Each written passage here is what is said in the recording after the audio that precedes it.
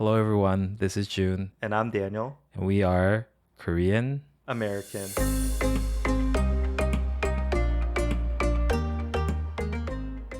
It is officially June of It, the time of recording. it is June. Yeah. Yeah. What does June mean to you? Your name?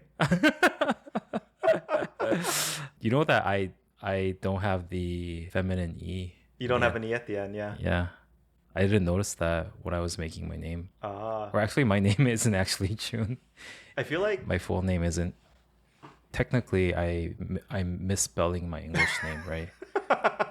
I like that my English name is like slightly off. Did I tell you this? I probably told you this the time when the Korean government or the Korean CIA thought that I was someone else. No, I don't think you told the story. Oh, I haven't told you the story? No. So this was when I was in grad school. Okay. So obviously I wasn't making any money. Yeah. My parents sent me monthly allowance. Yongdon. 용돈. Wait, Yongdon? It's 용돈. Yongdon. Yeah, but you pronounce it as 용돈. Okay. Yeah. Anyways, so they sent me like some amount of money every month, but then this one time they skipped a month, Oh, yeah. and so like in my mind I was like maybe like we're financially very difficult, so I wasn't gonna say anything about it, right? Yeah. But then like it came up. I was talking to my dad once Yeah. over the phone, Uh-huh. and then he acted as if like nothing happened, right? Yeah. So I was like, oh, so dad, you didn't send me money this month. Like, did anything happen? And he Yeah. was like, what? I already sent you the money. Uh-huh. I was like, that's weird because I didn't receive anything. Yeah. And so we went to the bank to see what was going on. Yeah. And so what they told me is my dad's name apparently Yeah. is some like high level official in North Korea. Oh, man. And so they detect that Yeah. during like the wire transfer, and then they blocked it. Oh, wow. That's crazy. Isn't that crazy? That's crazy. Yeah. Anyways, so yeah. Did you ever get that money back? I think they got the money back. Okay, good. Yeah, but then like they advised that never send the money through with your name, Okay. with my dad's name. Yeah. So anyways, Interesting. I have a pretty funny story too. with your name? Oh, Not yeah. quite my name, Yeah? but it's similar. Okay. Well, let me just share it. Okay. When I was working for a company, basically they were a defense contractor in the US. Mm-hmm. They were applying for my security clearance, which there are many levels, but this was the highest level of security clearance in the Yeah. US. Yeah. And it would enable me to work on particular projects that required that clearance, etc. Anyway, one of them was asking for a couple of reference checks. Mm-hmm. And so I listed one of my best friends from college, Yeah. right? And I don't know whether he was joking or not, but apparently when he got the phone call from the government agency, Yeah. some 3-letter acronym, whether it was the FBI, CIA, or whatever, Mm-hmm. they're like, hey, we wanted to ask you a few questions. Do you know what Daniel? Mm-hmm. He was like, of course I know Daniel. He's like a North Korean spy. Oh. Who that- as a joke, right? No, as a joke. Yeah. Yeah. He was like, who that for you? Who am I talking to? Yeah. They're like, this is like the CIA or whatever. Oh, you didn't tell him that he's gonna get a phone call, or I you're not didn't- supposed to? I didn't even think to tell him. No, I mean, I back then I didn't know what this was for. How old It were didn't you? Matter. 21, 22. Ah. Yeah, so, anyway, I don't know if he was joking or not. Yeah. But that's what he told me. He told them. Did you get the job? Anyway, I left that company before the clearance would have gotten approved. Oh, It okay. takes about 18 months, I think, for the clearance to get through. So, Whoa. yeah, I never got it, but I Interesting. left before. Yeah. Yeah. Anyway, June, all of this is off topic Mm-hmm. because, well, June, let me ask you. I started with what does June mean to you? June, what does June mean to you? It's almost close to our 1-year anniversary. Yes. Yes. Yeah. So as of publishing time, Mm-hmm. we'll probably publish this as our 53rd episode, Okay. maybe 52nd. Mm-hmm. And at that point, we've been releasing one a week. It will have been 1 full year since we first launched this podcast. Exactly. Yeah. Yay. Yay for not skipping a week. I think I have to give you a lot of credit. I definitely felt like losing steam a few months ago in the spring. Really? Yeah. During which episode? You know what I think it's because recording had gotten a little hard to schedule because of your job. But also, and I mean this, when we started, I really didn't care if we grew our audience at all. And now that it seems like our audience is growing, which is great, don't get me wrong. I'm very grateful and thankful for the support. But it definitely made me question why I wanted to keep doing this. And is it about getting more listeners, getting more viewership, whatever? Or is it really just about, I think, what we set out to do, or what I wanted the vision for this podcast when we first set out, right? And so it challenged that a bit for me. And then I think it took a couple months, but then I'm now back at the point where, like, okay, the audience size doesn't matter. Yeah. I think so long as we stick to kind of our principles and the vision for when we started this. Now that you mention it, I think it's a good time for us to restate what our initial vision was and still is. Yeah. Because we're technically English teachers at this point. which I think it's good. Yeah. It's good that people are listening for different purposes. Yeah. But even my friends keep asking, right? Because now it's like in their algorithms, and they're following too. They think of it as an English teaching account. Yeah. And I have to tell them every time, like, this wasn't our initial vision. Yeah. For sure not. For sure not. No, Yeah. when I tell people, like, by the way, like, our Instagram account is kind of blowing up. Yeah. I always say it's for the most unexpected reason. Yeah. Like, I could not have seen this coming. Yeah. Anyways. We should at least state it, though. Yeah. Because I think most non-Korean listeners wouldn't understand what you mean when you say we're English teachers at this point. Oh, I didn't say anything. Okay. Yeah. Apparently, a lot of people who are especially following us on Instagram and YouTube are listening for the sake of English practicing, which we had no clue that there was such a market.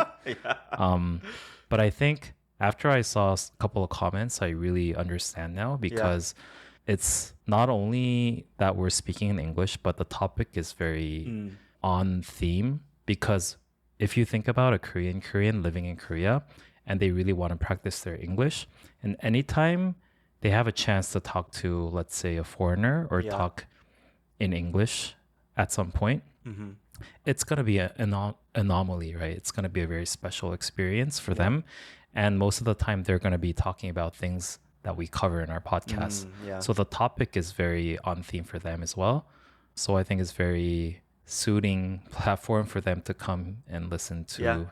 And also it's because we put Korean subtitles in our reels. Yes. That's why we're getting a lot of requests to put Korean subtitles on our full-length videos YouTube, too. Yeah. And the English transcript, right? Which we don't. Yeah. English transcript, I think, is provided by Apple Podcasts. Oh, is it? Yeah. They auto transcribe. Yes. Oh, YouTube too? I don't think I YouTube don't think does so. that. Yeah. To be clear, we don't have any plans to put Korean subtitles for. It's more work. Yeah. 귀찮아.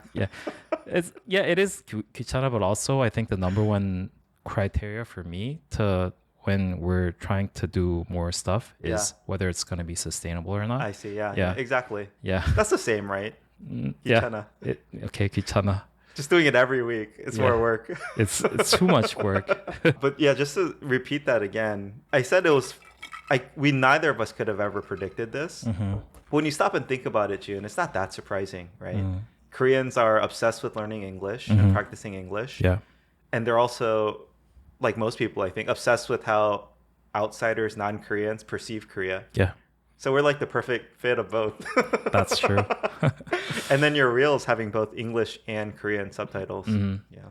If you see the transition of the reels format throughout our reels, if you scroll down, the very initial reels was very, I think, American audience targeted. Yeah. But then I realized that there are like these people from Korea commenting on the reels, and I realized that it's much more interesting for the Koreans. So we slowly switched to a more, I guess, Korean accommodating format. But so, yeah, if you think about it, it's very obvious that we attracted a lot of Koreans. Yeah. I mean, again, there's thousands of English, I guess, learning accounts on Instagram or channels on YouTube, whatever. But I do think we talk about topics that are really relevant and interesting for Koreans. Yeah. Not like, oh, when you sit down in a restaurant, you say, hi, I'd like to order, please. Right? We just talk about things every day. And also, June, neither of us are professional speakers. Yeah. So I think Koreans might be surprised by how much I say like, It's just like, but that's natural conversation, right? That's super interesting because I saw in one of our comments, I guess, Yeah. someone mentioning that, oh, I should stop practicing not to say like that much. Obviously, in everyday conversation, people use filler words constantly. Yeah. Right? And so I'm not even trying to I'm not even trying to not say them. Yeah. It's just how I talk. Yeah. So it's the most, yeah, I think it's the most natural way. To like learn English or Yeah. practice English listening. Yeah. And I'm also grateful for our Korean audience too, because it serves the initial purpose too of like trying to mix the different perspectives of like, I really like the moment when they're like debating in the comments about on a single topic about different point of views. Yeah. And like there's some Korean comments there, some English comments there. Yeah. I really like that like dynamic. Yeah. June, maybe it is a good time then to restate the intended mission and I guess vision of this podcast. Yes. We never wrote it down, did we? We might have.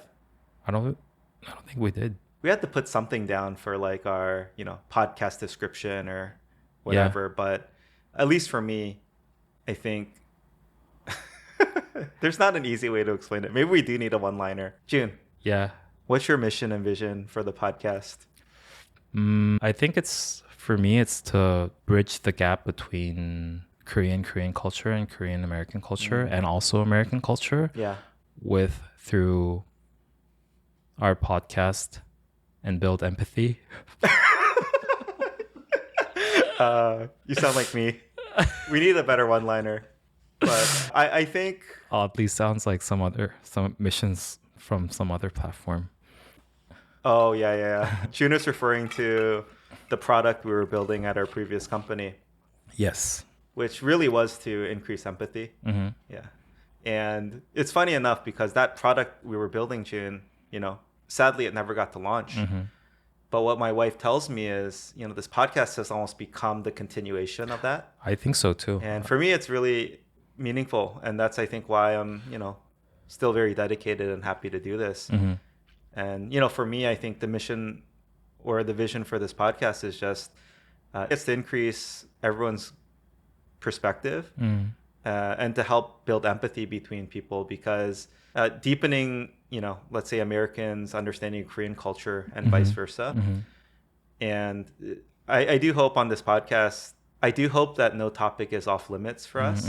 And my criteria is always something that, okay, we feel qualified to speak to, right? Like, I don't know. There's probably a variety of topics like we would never touch. Yeah. Not because they're too controversial. Hopefully we'll always present like both sides of the discussion. But, if we're just not qualified to talk about them, let's bring on guests to do it. Yeah. Or just not talk about it until we have that. So, yeah. I also want to, me personally, I also want to achieve like an objective point of view towards each country, especially as a Korean. I think there are two extremes. On the one extreme, there are people who, in internet jargon, we call it 국뽕, like just obsessively being too patriotic, saying that Korea is the best in everything. Yeah. And then on the other extreme, there are people who are saying America number one, like everything good comes from America. I want to escape this country and move to America, and all my life problems are going to be solved, right? Yeah. I want to challenge both of them by saying like, oh, Korea is not always good and America is not always good, but there are good things about both countries, and I want to present the most objective point of view as much as possible. Yeah. Yeah. So I fully agree with that. But just knowing that we're two people, right? We just need to say time and again, right? We don't represent the entirety of our countries. Yeah. We're just presenting two individual perspectives. Yeah. But, June, yours is rooted in, being born and raised in Korea, and mine is rooted in being born and raised in America. So, yeah. That's why I was kind of careful to use the word objective. Yeah. But that's what I try to achieve, at least. Yes. Yeah, I can agree with that. Yeah. And June, I think it's a great bridge then into, what I really wanted to talk about this podcast, which is the feeling of being bicultural. Because again, the reason I moved here to Korea with my family in the first place was I had this realization at one point, like, oh wow, I really just think like an American. I don't know any other way to think. And I want to broaden my own personal perspective on the world, and also specifically my kids. Like, I want them to know the world is a big place. Yes. And the US way of thinking is not always right. And also there's a, country, Korea, where you would not feel like a foreigner in your own land in a sense, right? There's a whole country of 50 million people that look like you and maybe think more like you than you might feel like living in America. Because honestly, as grateful as I am for growing up there and all the opportunities it gave me, it was not always easy growing up as an Asian American in the US. And so I wanted my kids to have a little bit more grounding, and also knowing that I'm not that Korean myself. Them being, I think at this point, is it third gen Koreans? I think, part of moving here was to hopefully give them a little bit of that grounding in like Korean culture as a third gen Korean American. So, but yeah, the reason I wanted to bridge that is because we're not necessarily putting it very eloquently, but I do think another way of talking about this podcast's purpose and mission and our, why we like it, is just to increase biculturalism. And I wanted to read ChatGPT's definition of biculturalism because I think it's quite good. We're so fancy in our tech. It says, biculturalism refers to the presence, coexistence, and integration of two distinct cultures within a single individual or society. It involves the ability to navigate, understand, and blend customs, traditions, languages, and values of two different cultural groups. Couldn't have said it better myself. Which I feel like most of the time when I'm using ChatGPT. Yeah, it's so good. But yeah, it lists a bit more, right? Individual level, societal level benefits and challenges. But then its conclusion is, overall, biculturalism emphasizes the positive integration and coexistence of two distinct cultures, promoting mutual respect and understanding. And yeah, that's really, it is my vision for this. And yeah, I wanted to talk about that a bit in this episode with you, if that's okay. Okay. What it means to be bicultural, especially given that I just returned from a trip to the US and you did as well. Yes. I was wondering if we could talk about maybe things that came up. Okay. Yeah. They're so menial compared to the grand definition that ChatGPT just presented to us. Yeah. But yeah, let's try that. Yeah. I mean, okay, I'll ask first, Jun. Yeah. After a year of doing this podcast, you just came back from the US for what were you there even for a week? 4 days. 4 days. So not a long trip. But did you feel like you had a deeper understanding or maybe appreciation for American culture while you were there this time? Yes. And I think it's more of like being more structured in my understanding than a deeper understanding. Definitely there is more depth now, but I think the thing that I really feel myself is the structured understanding. But before that, it was just very vague in my mind, like, oh, like there are two different cultures, and I fully understand what a Korean culture is, and I kind of understand what an American culture is, and I do sense that there is a difference. And it was very, I guess, just sensual of understanding. Now my understanding is more structural. Sorry, did you say sensual? Yeah, is that not a right word? Sensual implies like... Is it a sexual thing? Yeah. Sorry. What word were you going for? Surface level? No, like it was very like not intellectual, but it's just like a feeling. Anyways, no, what I'm trying to say is that now I have a more intellectual and structured way of interpreting things. Yeah. And in that way, it's more scalable in trying to understand different things. Yeah. Yeah. Should we go there now then? Yeah. What do you think are some of the cores? Not yet. But wait, I also have things that I jotted down during my stay in the States. Let's do that. Jun, what stood out for you when you were in the States last week for a few days? They're all over the place, but I'll just go from one to... Let's do it. So one thing, we had really good weather in Korea before we left. Oh yeah, it was so nice. And we're still having pretty good weather. I think the good weather It's getting hot. Yeah. But I think usually Korea has a very sliver of like the perfect weather, Mm-hmm. and it goes straight to like horrible hot humid weather, right? Yeah. But I think this year, I don't know if this is like a blessing from global warming, climate change, but Yeah. anyways, like we're having a longer period than usual, I think, of just adequate good weather. It feels that way. Yeah, Yeah. it's been a nice stretch. Yeah. And I told some of my friends this is just like Californian weather. Yeah. And I go to California, Yeah. and I'm like, no, California is in a different level of good Of weather. goodness. Yeah. Yeah. It's so good. But then the thing that I also wanted to mention is there are a lot of smells in the breeze. And it's more like a lot of fragrances In the US. in the US. Uh-huh. Because like even when we have good weather in Korea, and even when we have a breeze, Yeah. I don't smell anything. It's very sterile. I think it's like the smell of nothing. Yeah. In the States, you smell like flowers and the grass and like soil. Why Yeah, are you yeah, laughing? And, like the barks Yeah. from the gardens, and like sometimes it's not so good smell. Yeah. Sometimes it is, but it's more like I feel like it's a weird way of describing smell, but I feel like the breeze is more colorful, if you know what I mean. That's beautiful. That's a beautiful description. Yeah. Yeah. That's the one thing that I notice because it's sensory. That's why I was laughing. I was like, you just said you now have not just a sensory level yeah. understanding, and then you go and just describe sensorial input. but that's more like something that immediately hits you, right? Yeah. And then I noticed that flags are used more casually than in Korea. Oh, that's an interesting observation. Yeah. Yeah.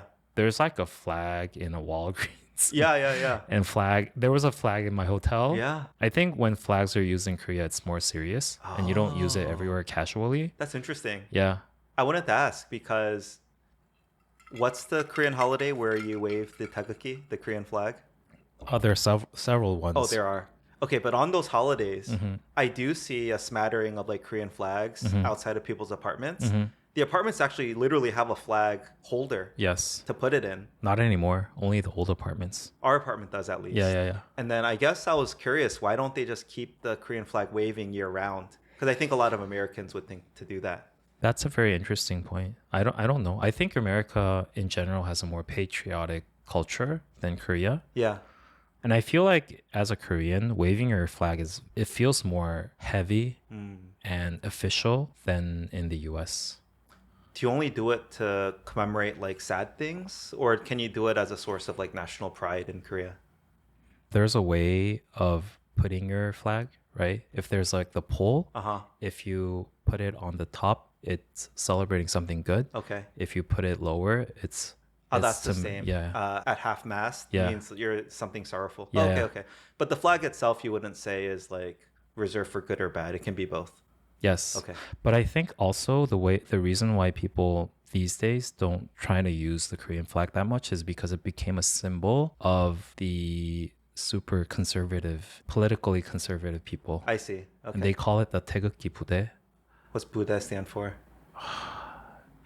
I want to say like the 태극기 gang. Mafia. Yeah. Okay. Yeah. I see. Because in those like conservative protests, they Wave the flag like crazy.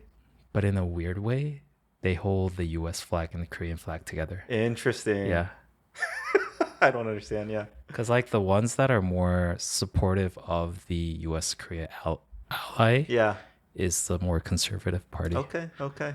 Anyways, so I see a lot of flags that are more casually used, Yeah. which I think is a good thing. I was a bit jealous. You could just randomly wave it. Yeah. Yeah.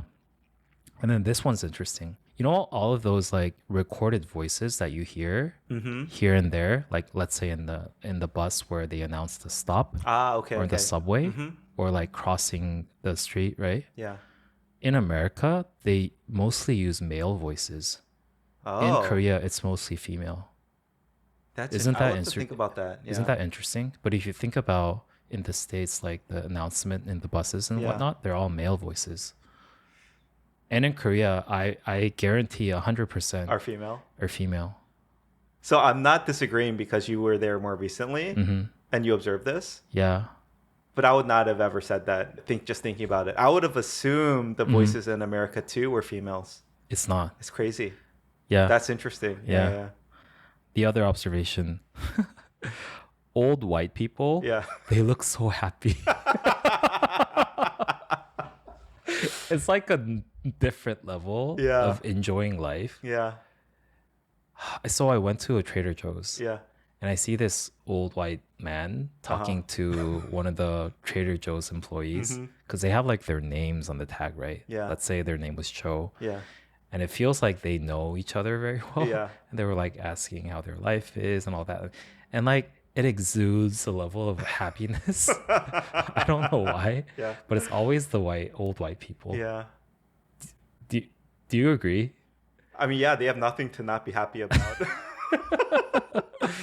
But they're also like old Asian people, right? They're not happy. They look like the old Asian people in Korea. I don't know what's it with, because like there are other white people too, right? Yeah. And the younger white people don't seem as happy as the old ones. Yeah. I mean, that's the boomer generation, right? Yeah. That had it really good in the US. So. Interesting. Yeah. And then the other one, it was kind of refreshing to not hear K-pop everywhere. Yeah. I think K-pop is still, again, I think it's still a subculture in the US. It's not prevalent. It's hard to say, right? Like even Blackpink was at Coachella. Yeah. Right? Like the big K-pop bands are known for sure. Mm-hmm. But you're right. It's not like, it's still a niche genre, like country or whatever else in the US. Yeah. Because, you know, like for just like non-K-pop pop, there are a lot of good ones too. Yes. And like, especially for me, like there are good like oldies that I wanted to listen to. But you don't get to listen to that a lot because it's like K-pop is so dominant in Korea. Yeah. Everywhere you go, the only thing that you listen to is K-pop, right? I guess you're saying there's just like more variety. Yeah. Yeah. So I was like on the Uber or like on the hotel lobby, you hear like these music. So I was like, then it reminds me of, oh yeah, this was a really good song. Yeah. And I didn't like, I've never heard this music, listened to this music in like 10 years. Yeah. That was pretty refreshing to me. And then like this, I think we covered in our podcast, but how customizable things are. Oh yeah. Remember I sent you the ramen picture? Yeah. So I was in line for this famous ramen place in Santana Row. I got recommendations, so I went there. So there was a line. Yeah. So while we were in the line, they gave us like little flyer type things where you can like pre-select your menu. Yeah. And there was so many things to customize, right? Yeah. You have to choose the broth and like the thickness Yeah. of the noodle and the firmness of the noodle and then all the toppings and how spicy it was. Like, so I thought it was so funny. I sent you a picture of that. Yeah. In Korea, there would be just like menu 1, menu 2, menu 3. Yeah. And I found myself looking for that. The Like I was like flipping on the back Yeah. to see if like there's a preset thing. There wasn't. Yeah. But then I also went to an ice cream place, Salt and Straw, after that. Yeah, classic. Because I love Salt and Straw. And then, so I was in line there too. And the people in front of us, after they received their cone, Yeah. they were like, can I get some more? They just straight up asked, can I get some more? And the clerk, they just gave like another scoop on top of that. And me and 2 other Korean people were shocked by that. Like, who does that in Korea? They was like no. There's no way. Yeah. There's no way to customize this. Yeah. And then I did realize that the sidewalks are all cement paved. That's directly from the podcast. Yes. You probably never would have noticed that. I never would have noticed that. No pavers. Just solid concrete. I want to respond to the one you said about hearing different types of music. I don't know if you realize this. You might, because you understand English quite well. Yeah. But a lot of the English music or American music they play in Korea is really explicit. Explicit? Yeah. Oh. Like curse words, sexual overtones, super not safe for kids. In very kid-friendly places. So I'm saying at the gym, at the hair salon. Just last week we were at Kuchara, which is the Chipotle ripoff in Korea, with my family, with my kids. Yeah. They were playing the most explicit material, and I was just like, I don't know what to do. Yeah. Like, do I cover my kids? Do I leave? Do I mention it? And so I was kind of awkwardly like, just like ignoring it. I didn't say anything, but they were dropping F-bombs, like be God. this, be that. Like it was so explicit. Yeah.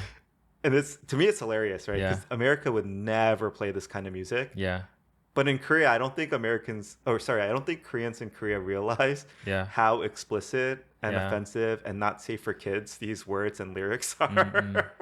It's probably like the sensation of when American people listen to K-pop, right? Yeah. Because But do K-pop artists drop like bad words a lot? no, what I'm trying to get at is Yeah. that like they don't really understand the language, Yes. but like Yeah. they can just enjoy it. Yeah. It's the same for Korean. So I want to say most people don't really understand what What's the lyrics being are said. saying. Yeah. So bad. No, seriously, this was so not safe for kids to listen to. But this is a bit of a tangent. Yeah. Is there a genre of Korean music Mm-hmm. that is very like explicit, let's say? Mhm. A lot of curse words, Mm. a lot of like sexual overtones, right? Very graphic, things like that. I think it's more on the hip hop side. Uh-huh. But even if like I don't know if there's a word called K hip hop. I was just about to say K hip hop. Okay. Anyways, Korean hip hop, even Yeah. if they do use curse words or explicit words, Yeah. they do it in English. Okay. Yeah. Yeah, I think there's a different vibe Yeah. of cursing in English versus in Korean. I'd agree with that. Like, Yeah. it's not seen as cool. I mean, it is, but I think it's more Korean, casually done. Korean society is less accepting Yeah. of like casual, just like cursing, right? Yeah. In mainstream songs or whatever. It would never reach mainstream if it included it, right? Yeah. Okay, yeah. Anyway, did you notice that though in Korea, like how explicit the lyrics are to the music they play? I believe that in theory. But it never occurred to you when you It listened never to occurred it. to me. It's so Yeah. bad. I'm sure most Americans in Korea will agree. Interesting. It's like, wait, what did they just say on like in the hair salon or whatever? It's like, wow, they're bumping like really explicit lyrics. But would you agree that American cursing is more just yep, you just said it right. Yeah. It's more acceptable. Yeah, it's more accepted and casual. Yeah. Because there was like an internet meme about all of these things that are English words that are usually printed on your t-shirt in Korea, Yeah. making fun of people who wear that, Yeah. saying that you know what that means in Korean, Yeah. right? Yeah. The Korean version. But I equivalent. always wanted to challenge that by saying, translating that into Korean Yeah. and writing that in English already is kind of different. Yeah. So I think it's more accepting writing that in English. Yeah. Yeah. We should save this for another episode. Yeah. Language and cursing in general. Anyway, June, when you were in the US then, would you feel like you experienced any culture shock overall? Or it's like, do you really feel like you understand American culture pretty well now at this point? I think it goes both directions. Yeah. I know it well enough, but I also don't know well enough to be shocked. Do you know what I see. mean? Yeah. Maybe. I think I'm at that sweet spot where I'm not shocked at any like daily things, Yeah. but then I'm not exposed to like the deep things either, I like see. the more like maybe like the political things or whatnot. Okay. Yeah. Makes sense. Yeah. Where do you feel like you're on the bicultural spectrum then? Bicultural spectrum of 1 to 10. It's interesting, right? Like Yeah. whenever we ask that question, you put yourself, on a scale of 1 to 10, 1 being super Korean, 10 being super American. You always put yourself as a 2 to 3. Yeah. Yeah. You really feel that way, except you feel like you can understand and accept American culture. I think me being Korean and me understanding the like being bicultural can be slightly different. Yeah. I think I want to say on that scale, Yeah. I want to say I'm maybe on a 6 Yeah. of biculturalness. Yeah. Okay, cool. June, I recently came back from the US. Wait, I want to ask the same question to you too. Okay, go. Yeah. How bicultural do you think you are? Let's say, wait, how do you How do we define this? anyways, you know what I mean, right? If I'm a 6, what are you? I mean, okay, if we're gonna define biculturalism as being as understanding and accepting of both cultures, I might put you higher than 6. I don't know, Really? but you can only Okay. speak to yourself. I mean, I would put myself pretty highly, Yeah. like 9. 9. Interesting. We need to come up with a quiz for this. Okay. Because like I would also love, maybe this is my Americanness coming through. Yeah. Americans are generally maybe more confident, overconfident. Mm-hmm. Right? Koreans might be a little less confident in general. Mm-hmm. But I agree with you. I don't know what I don't know. So there might be daily interactions or things in Korean society that I really don't understand. I'm just not exposed to. But I'd say more and more after living here for 3 years now, very few and far between. I feel like we'll get to this later in this episode. But I feel like I can get to the heart of why that thing is happening in Korea or why it's, different than America. Especially after not only living here 3 years, but June doing this podcast with you every week for the last year. So, yeah. Cool. So you're 9. Oh, shoot. Oh, you should come up with some random cultural interactions. Like a Korean would do A, B, C, or D, and Y, and see if I can answer. I feel like a lot of I put myself on 6, and I thought that was on the higher side because I think a lot of cultural understanding comes from understanding the language. Oh, my language skills are not that good. Yeah. So that's why I think maybe I'm a 6. Oh, you're saying but your English skills you think are still not up to par? I think my English skills are okay. Do you think you're holding back your biculturalism? I don't think English, like the language, is an issue. I think it's just me not living. Having lived there that long? Or like not living there Right now. Like the contemporariness. Are you more challenging my 9 based on my Korean language ability? Kind of. That's true. That's true. I mean, this is what I think. I think it's maybe I shouldn't say this. Yeah. Or maybe you could challenge me. Yeah. I feel like Korean culture is very nuanced than the US. So I feel like it's more difficult to deeply understand Korean culture than American culture. Do you agree?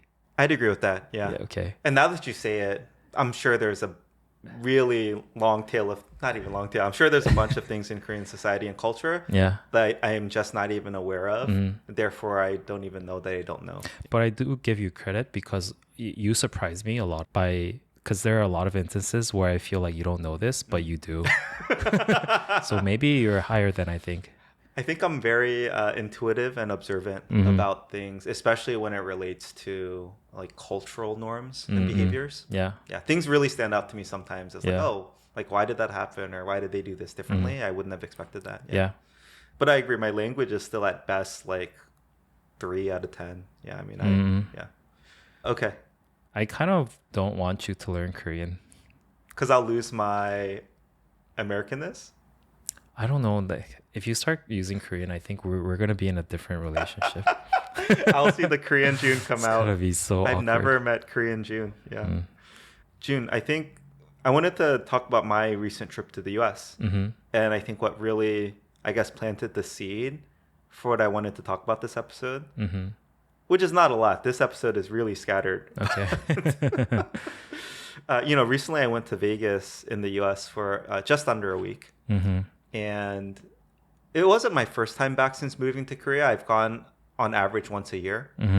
But, it'd been about a year since I had gone to the US at that point. On this recent trip to Vegas, I was surprised most by 2 things. Number one, how quickly I just settled right back into my American mode of operating after not having been there for a year. Yes. And not ever having lived in America now for 3 years, right? But it didn't take more than I don't know, it felt like an hour, and I was already back into my American mindset. But the second most surprising thing was when I came back to Korea, I feel like I just switched right back in almost immediately into my Korean way of thinking and Korean mindset. And so, do you have a specific moment in which you realized this? I have smaller ones that come to mind. I wish I had recorded it down, but it's really more just just resetting my mode of thinking. And I'll go into the smaller examples. But I remember coming back, and after having landed back in Korea and 24 hours into being back in Korea, it's almost like I had never left, and really feeling kind of accomplished in that way. Hey, this is why I moved to Korea to begin with. Yeah. Right? To broaden my worldview, increase my perspective, understand that there's not just one way of doing things or thinking that's right or wrong, right? Just understanding, okay, both sides. Yeah.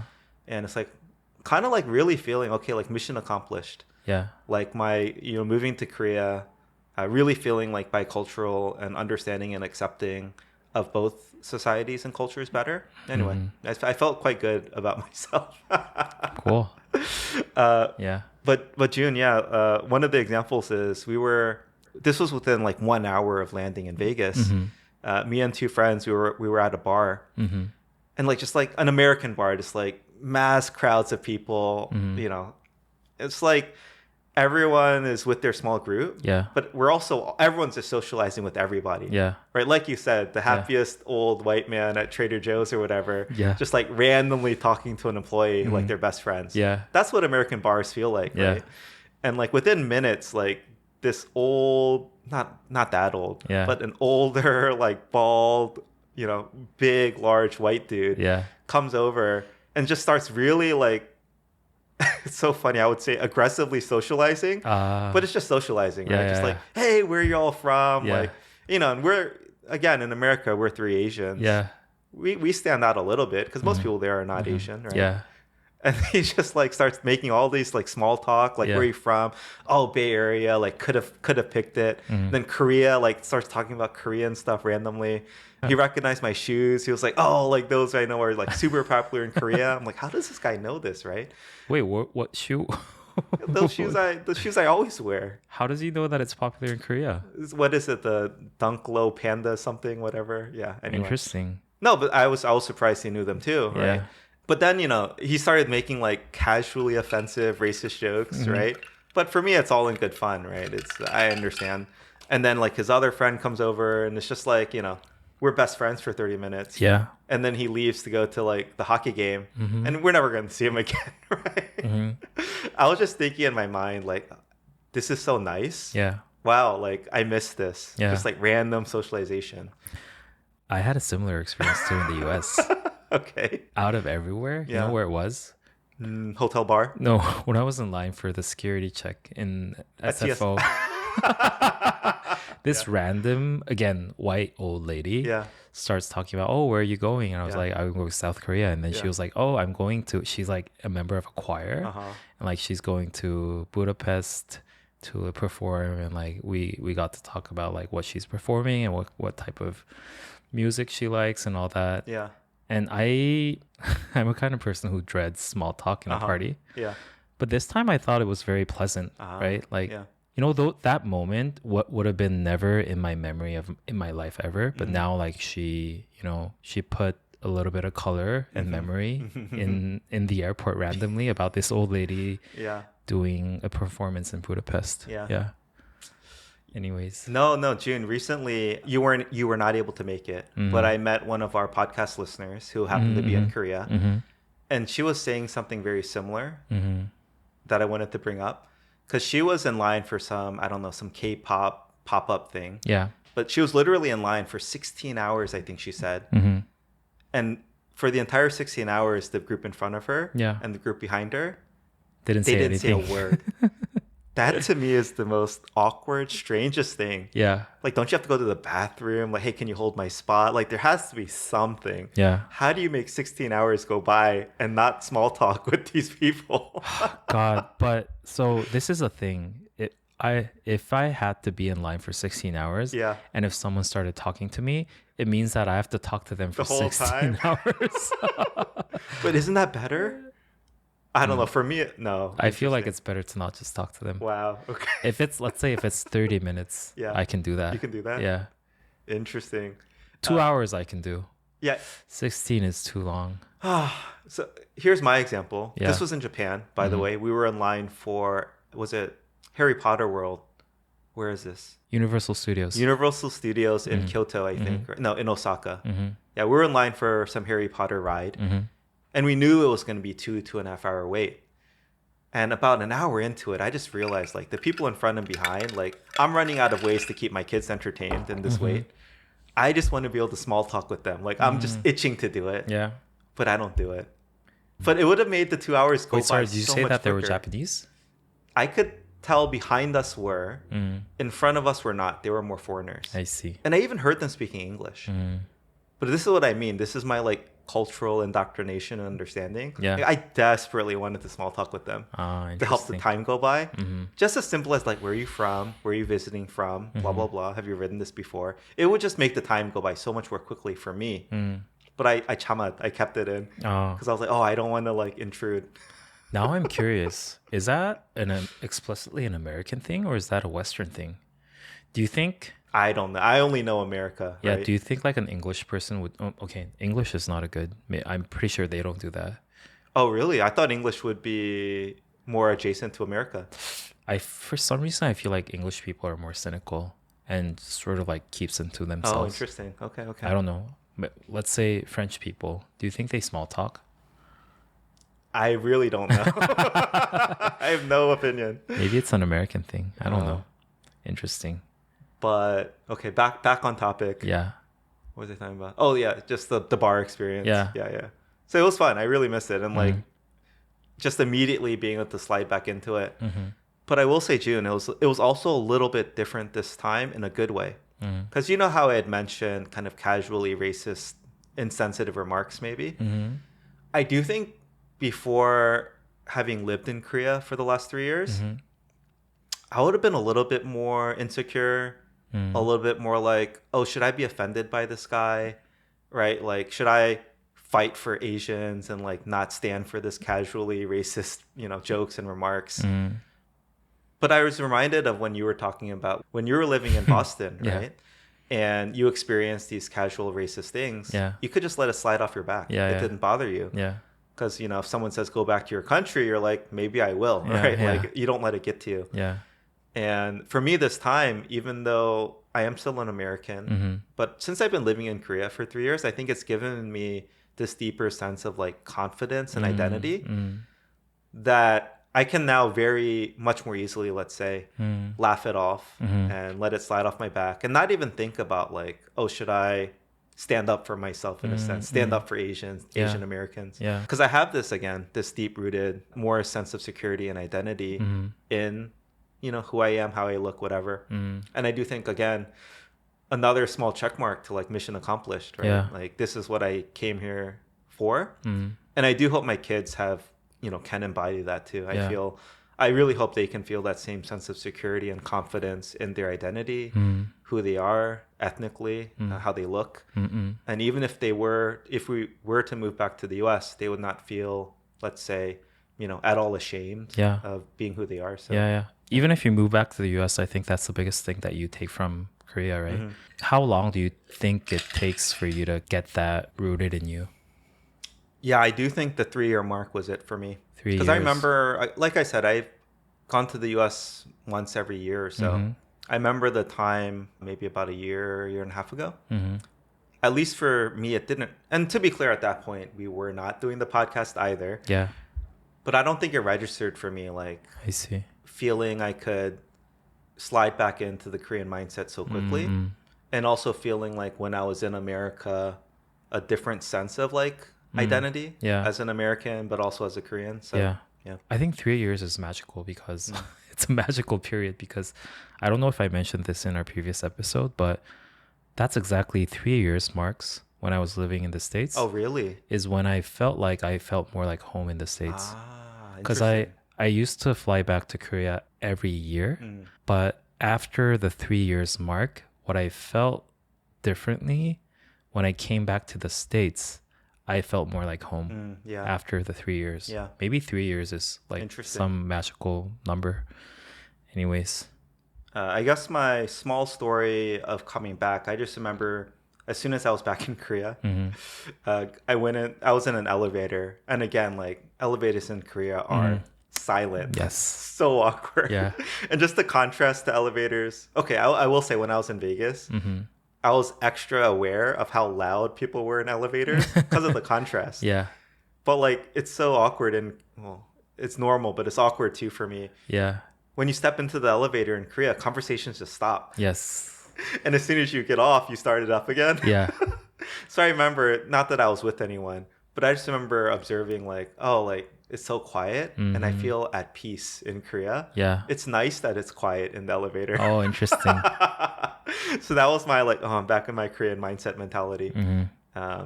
So anyway, yeah. But you were also in Vegas too.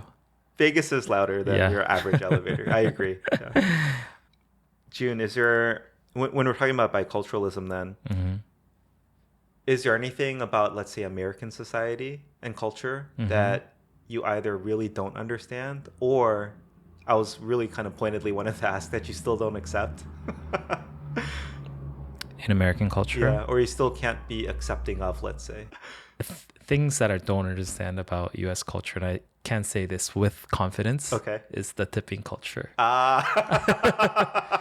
I think we like covered it here and there in our previous episodes, but Yeah. again, I go to the States. A lot of the times I'm not even being seated and I still have to tip. And it starts from 18% now, That's crazy. which is crazy. Yeah. Let's say, so if you go to an ice cream place and there's no seatings and it's only like you just get the cone and get out, right? Yeah. It's just the to-go situation. Do you still tip? June, I have not lived in the US for 3 years, and I know things have changed. Yeah. But I probably would tip a nominal amount just because I don't want to play into the stereotype of Yeah. being a cheap Asian. That's what I did too. Yeah. I refer to the white people in front of me. You're an American now. Yeah. But I would feel very like, why am I tipping here? Like, Yeah. how has it gotten to this point? Because again, there's a whole deep debate about minimum wage, minimum living wage, etc.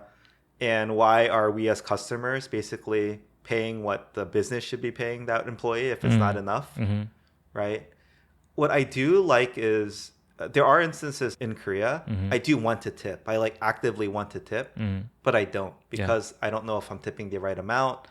I don't know if it's going to be offensive. I don't know how to tip in a courteous, respectful manner.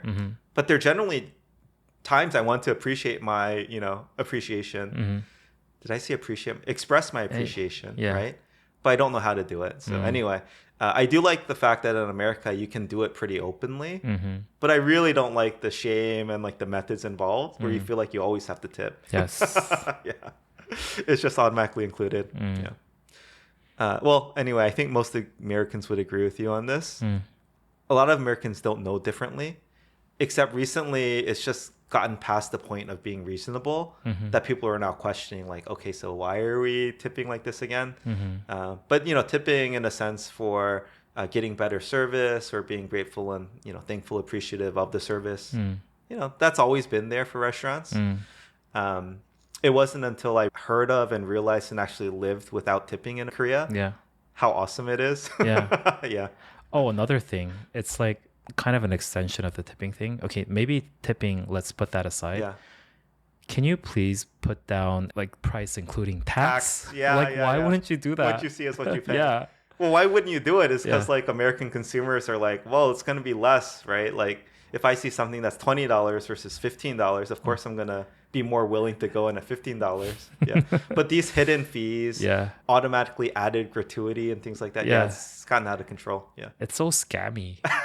It is scammy. Oh, man. Yeah. Yeah. Anyways. June, you didn't, what I really thought you were going to say that you still can't, I think you understand American culture pretty well, but that you could not accept casual drug use. Oh, casual drug use. Yeah. Do I not accept that?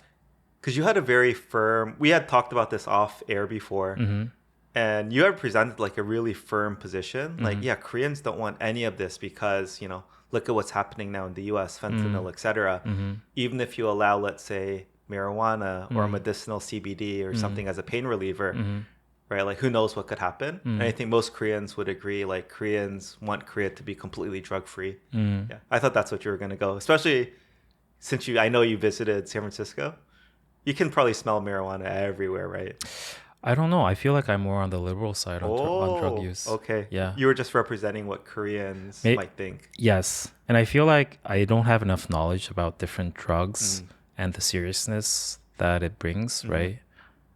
especially for a Korean, because like drugs weren't even a thing when I was growing up, so I don't know. But I'm reading like articles and like listening to podcasts about like positive effects of like maybe psychedelic treatments and all that. Yeah. I was very On curious. depression. Yeah. Korea is one of the most depressed countries in the world. Yeah. And also me working in like the more creative sector, I'm very curious about like the creativeness that it opens that they say about like using, you know, LSD and all. I don't know if we can talk about this in the podcast, but anyways, Okay. I could be curious, right? Yeah. I'm curious. Yeah. Yeah. Okay. All right. So you are accepting of it. I don't know if I want to say accepting. Maybe it is accepting. I'm curious. Yeah. Okay. If cool. it's not if it's not an illegal thing, Yeah. I wouldn't not use it because of my personal beliefs or anything.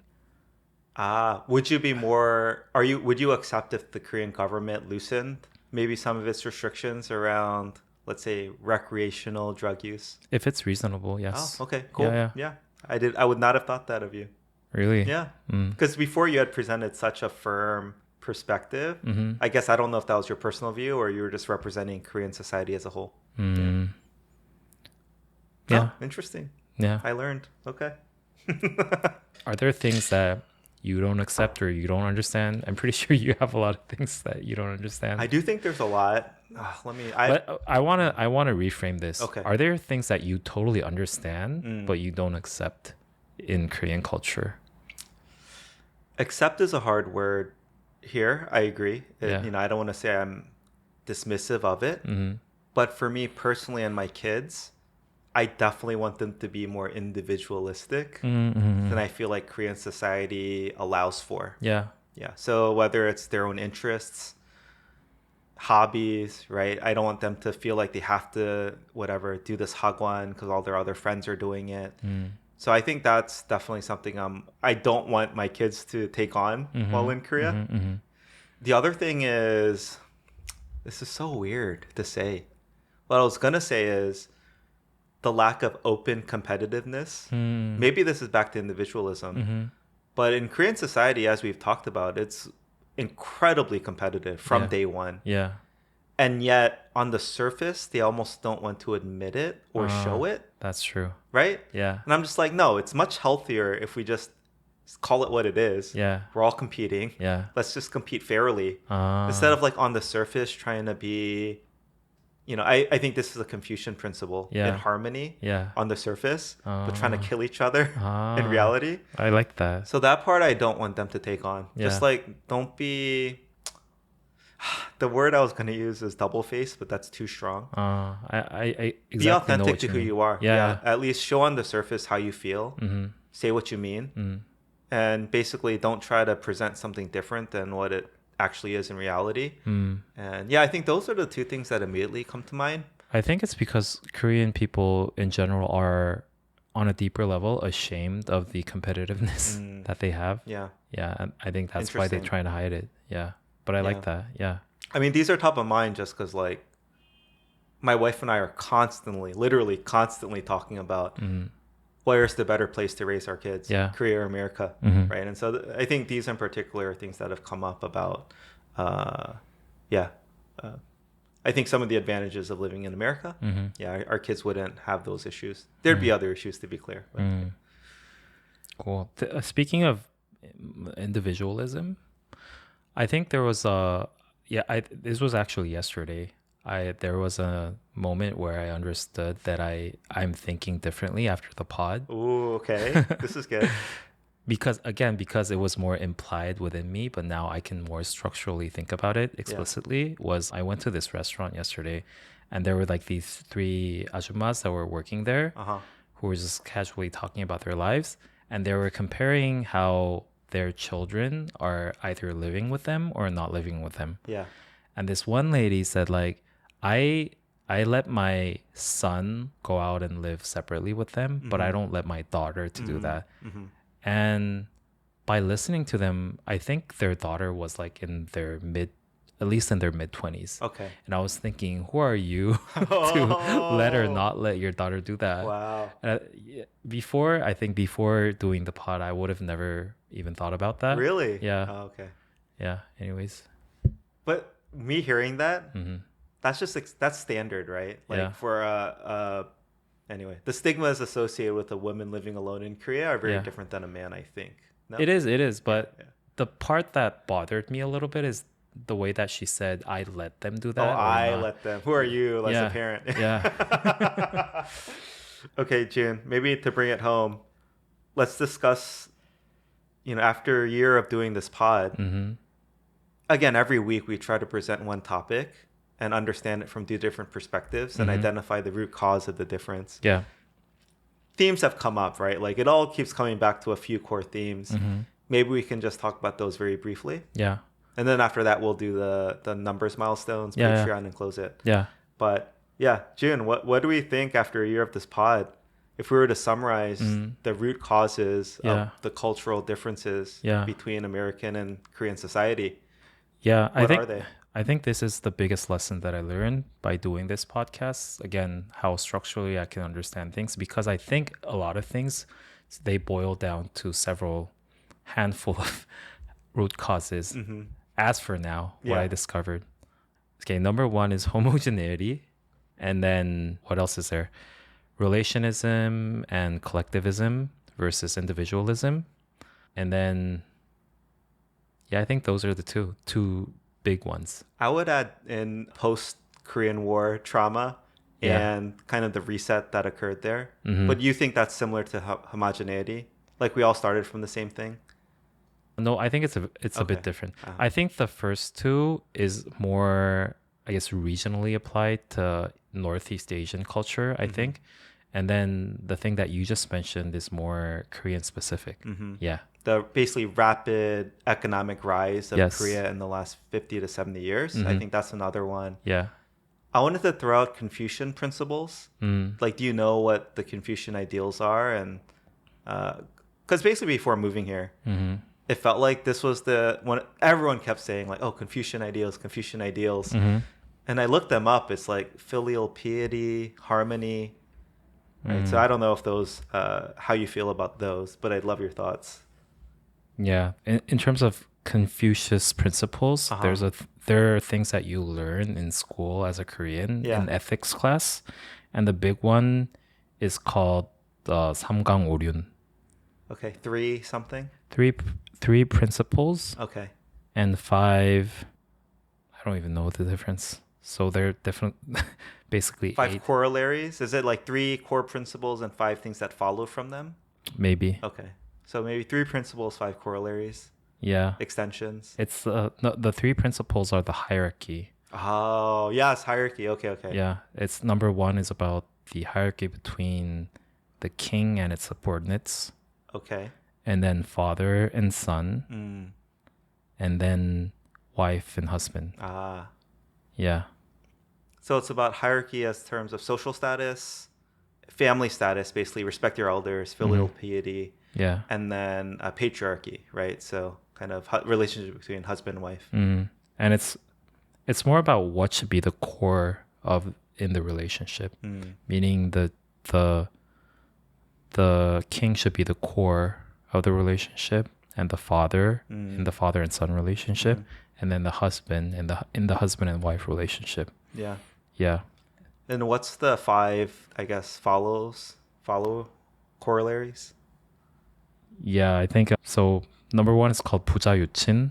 It's depicting the relationship between the parents and the children. They have to be close. Ah, okay. And then the relationship between the king and its subordinates, there should be 의로움. I don't know how to translate this. Goodness. Loyalty, goodness. Yeah, goodness. Good faith. Okay. Yeah, good faith. Yeah. And then between the spouses, there has to be differentiation. Okay. And then between the old and the young, there should be order. And then between friends, there have to be faith. Oh, interesting. Yeah. So the first 3 map directly, I think, to the 3 first things you said. Yes. And then it added in something around respecting elders in general, Yeah. not just your parents. Yeah. And then within a peer group, having strong faith or trust. Yeah. Trust in your fellow man. Yes. Okay, interesting. I feel like, is that harmony? I don't know why I thought harmony was a core tenet of Confucianism. I don't know. Maybe not. It could be more Buddhist. It feels Maybe more I'm wrong. Buddhist Yeah, to me. yeah, yeah. Yeah. Which, there's heavy Buddhist influence in Korean There society is. as well, Yeah, which we have never gotten to. So, I recently saw an internet post claiming that an average Korean's religion is someone who doesn't go to a Buddhist temple but just has a lot of influence. from Buddhism. That's your like average religious beliefs of In Korea. of a Korean, yeah. Interesting. Yeah. We do talk about hierarchy in general. Maybe that's the one we talk about the most. Yeah. More so than like filial piety or patriarchy. Yeah. Yeah. But so do you think you want to add that in as a core thing, the hierarchy that exists in Korean society? Or do you think that's a consequence of the homogeneity? I think it's a consequence of relationism, no? Oh, yeah. Yeah. Relationism combined with homogeneity, maybe? I don't know. I want to understand how homogeneity because you said plays you always talk about like we always start, because of post-Korean War, we all Yeah. started from nothing. Yeah. Also because all Koreans are kind of the same, Yeah. that makes us want to compete against each other a bit, right? To differentiate. So Yeah. that's, I think, where I was coming from. Oh, and how does hierarchy play into that? Because you need to build a hierarchy to differentiate. How else would you differentiate? Oh, interesting. Oh, maybe not. Yeah. I thought the competitiveness comes from homogeneity because everyone wants the same thing. So you're all competing for the same thing. Yeah. That's true. That's the relationism part. Yeah. Everyone values economic success. Yeah. But I think what they're competing for is hierarchy, status. That's where I was getting at. Interesting. Yeah. I think. I still think that's relationism though. Not Confucian hierarchy. Not Confucius Principles? hierarchy. Maybe. Because if you're economically superior, I don't think that it's a Confucius thing, is it? You just said there's a relationship between the king and the people, right? But you don't become a king if you're more rich. Oh, is it talking about is that specifically talking about government, or is it talking about people of superior status? I think it's specifically talking about the government. The king and the government. Yeah. Oh, okay. Yeah. Interesting. All right. Yeah, I misinterpreted. June, there's one more I think that comes up time to time. I wanted to see if you want to add it too. Yeah. I don't know whether to call it like a scarcity mentality, Yeah.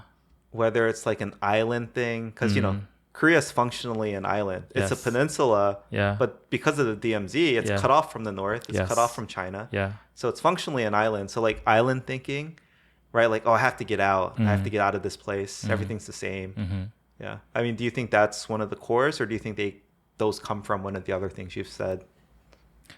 I think the urge to move out of the country definitely comes from that mentality.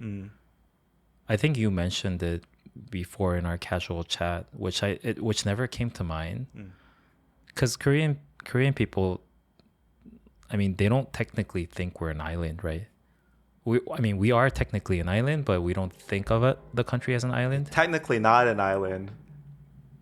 Yeah. But for all intents and purposes, you're an island. yes. That's true. Yeah. So Functionally an island. doesn't come to mind, but it is very true. And that's one of the reasons why people really want to move out of the country. June, one thing you did not bring up, which I think a Korean American would consider a core tenet of Korean society and culture, is Han. Wikipedia defines it as a concept of an emotion. Even that's funny. A concept of an emotion, variously described as some form of grief or resentment, among others, that is said to be an essential element of Korean identity by some, and a modern post-colonial identity by others. So, in fact, what Wikipedia is saying is there's no discussion about whether it exists. The question is whether it's always existed, or it's only in post-colonial Japan has it existed. See, the reason why I feel hard to really understand Han is because I just want to challenge that, because especially in my generation, and I only can represent my just speak for generation, I feel like it doesn't really exist anymore. And sometimes maybe I'm pretty sure it's lack of understanding, but I feel like anytime anyone finds the root cause of something from Han, I feel like it's like that again. I You know see. what I mean? It's like I don't feel know, like it's but a little bit BS. I think, Jun, one thing my dad always said growing up, he always said Korea's history is so sad. Yeah. It's just basically a lot of infighting Yeah. because of political reasons and just being taken over by China, then Japan. Before that, it was China, then Yeah. Japan, right? Yeah. And so it's never had a chance to really stand on its own. And he always blamed corruption and political infighting. Yeah. We were too busy trying to fight each other Yeah. rather than protect ourselves from external, forces. Yeah. So I don't know if that resonates with you, but I guess having heard that, the concept of Han at least always made sense to me, which is like Korea's always felt too weak and like, never strong enough to defend itself. And even during times of like flourishing, it's because of someone else. You could even say, I don't know how controversial this is, but Korea wouldn't be here without America coming in and defending it, right? And in a sense, like we now owe everything we have to America. And let's say if America were to ever back out, I mean, Korea feels very much at, it's at risk. Yeah, I mean, it's at risk, or there's a threat of China, North Korea basically taking it over again. So I don't know. That's what always resonated with me, is like not understanding the history that well, but just what my dad told me. Just the feeling of like, oh, we're helpless. We're always going to be, taken over again. I don't know. Does that resonate with you at all? I can't deny the fact, right? Korea has a very sad history. Especially personally, I think it's a very, very, I guess, unfortunate situation that unraveled, especially after, not even during, but after the Korean War. How Russia and the US took over, because that was like our only chance to become one Korea, but then it didn't work out. And I think that's a very sad history for me, especially. And then before that and throughout, there was like a lot of missed opportunities that we could have had. The thing that I don't like about the narrative of Han is that they try to put one blanket over so many problems. I see. Yeah. And the definition of Han is too much tied to the past that it sort of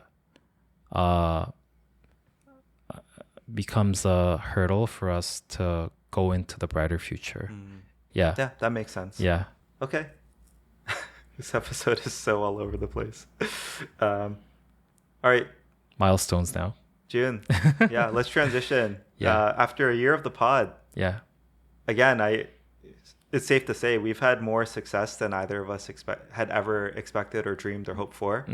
Which, again, thank you so much to all our listeners and supporters. Thank you. But yeah, it'd be fun. I thought it'd be fun for our 1-year milestone episode to go over some podcast milestones. Okay, some of the milestones coming, I'll do it in an order of in different platforms of Instagram, YouTube, and then our podcast platform in general. I hope we can mention TikTok later on our 2nd anniversary. Anyways, Instagram, as of today is June 10th. As of June 10th, we have about 30K followers. And then one of our top viewed reels is a whopping 850K views. It's almost 1 million views. Almost 1 million. Yeah. And we have 1.5 million accounts reached. Crazy. Yeah. Yeah. That's Wow. crazy. For YouTube, as for now, we have 2.2K subs, 115K views in total. And this is so random, but our top viewed content, shorts, has about 5K views. Okay. Do you know what it is? No idea. It's so random. It's foreigners in Japan. Oh, really? Yeah. And then the most viewed full-length video, this is not surprising, has 2.3K views, which is the Min Hee-jin episode. Yes, yeah, that one is not surprising. Because it attracted a lot of non-Korean The viewers K-pop too. Yeah. Fandom, yeah. It's so surprising how different Instagram and YouTube is to me. Yeah. That is very interesting. I think it's, I don't know why. Yeah. Okay. For the podcast, we have a accumulated total of 35.2K listens. Oh, wow. Yeah. And then our top listened episode, I don't think this is very important because we're renewing every week. Yeah. But it is What Did You Chun Say episode, Yeah. which has 3,000 listens. Mm. Our listeners are composed of 59% from South Korea, 28% from US and Canada, and then a long tail. And then we have about 85 different countries that are listening to our podcast. Yeah. And there's a fun fact. Do you know the number one listened city after all the cities in Korea? So outside of Korea, what do you think is the number one listening city? Has to be San Francisco. Okay, hint is that it's not in the US. No. It's not in the US. No, I don't think so. Not in US or Korea? So outside of Korea. Yeah, you said it's outside of Korea. It's not in the US. It's not in the US. What? No clue. Okay, number one in the US is Los Angeles, which has 425 listens. Okay. I have no idea. It's Vancouver. What? In Canada? Yeah. Oh, wow. 457. Okay. Interesting. Yeah. Thank you to our Vancouver listeners too. Maybe it's due to my testicle friend. He lives in Vancouver. Thank you to Jun's testicle friend. Yeah. And also, one of the biggest, I think, milestones that we achieved in terms of podcasts is that we once hit number 8 in the Korean podcast chart. Yes, that's crazy. Jun. Yeah. And actually, even on Apple Podcasts, I believe. Yeah. Not under Korea Total. Yeah. But like, personal journals or culture and society. Yeah. You were like ranked number 2 or 3 in Korea. Interesting. So that's pretty awesome. So thank you very much. We owe everything to our listeners. Jun, we also have, do you want to guess how many Patreon subscribers? Total?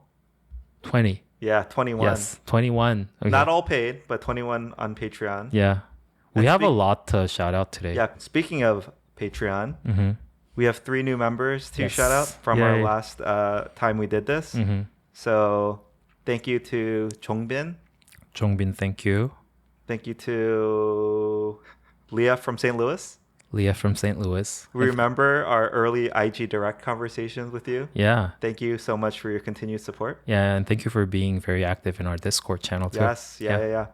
And thank you to Jess. Thank you, Jess. Yeah. Who has also appeared in Discord already. Oh, yes, they did. Yeah. As always, if you think this episode was worth 25 cents, please consider supporting us on Patreon at $1 a month. It would mean a lot to us. Actually, Jun, you can support us however much you want. I can? Well, I didn't realize someone is supporting us for $4 a month, which is $1 an episode.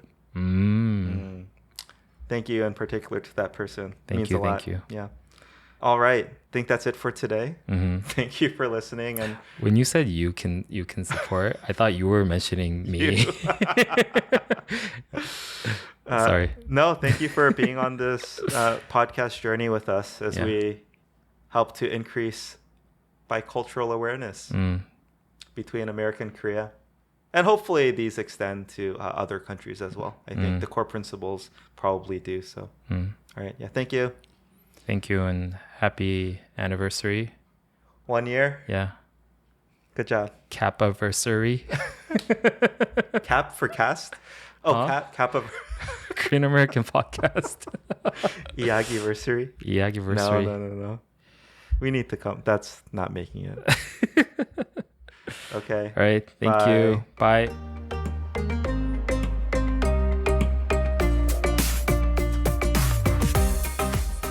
Sensual. Sensory? I don't know. Interesting. Let me check. I know what the Korean word I was going for. It sounded kind of off when I was saying it. Thank you for correcting I almost me. glazed over because I was just like, kind of like, wait, what?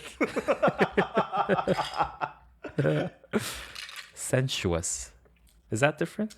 Oh man, no American would use that. Okay, maybe it's a word that we use in Korean, but when you translate it, Just it's use the kind of Korean weird. word and then describe how it. Yeah. I was going for the word 감각적인. 감각적인. Okay. Okay. You understand with your senses, but you don't like have a structured and intellectual understanding of it. I see. Yeah, I think the American word would be surface level understanding. Yeah, the reason why I'm not trying to say surface level, because Yeah. if you say surface level, it implies a lack of depth. Yeah, I agree. But I feel like it's not a matter of depth, it's a way of understanding. Anyways, let's say you like this drink, right? Yeah. You like it in a Sensory way. sensual way. Yes, Because but you can't intellectually explain why you like this. It's a very sensual thing. again, that word is only used for things that are sexual. Okay. You But could you know say what sensory. Sensory is different. I mean? In a sensory way. Sensory way. Maybe that's what you're going Now for. that you say it, I think it's a very Asian or Eastern way of thinking of things. Sensory inputs Like, versus it's very deeper vague. It's very vague and abstract. yeah. It's like the angel that flies without Without wings.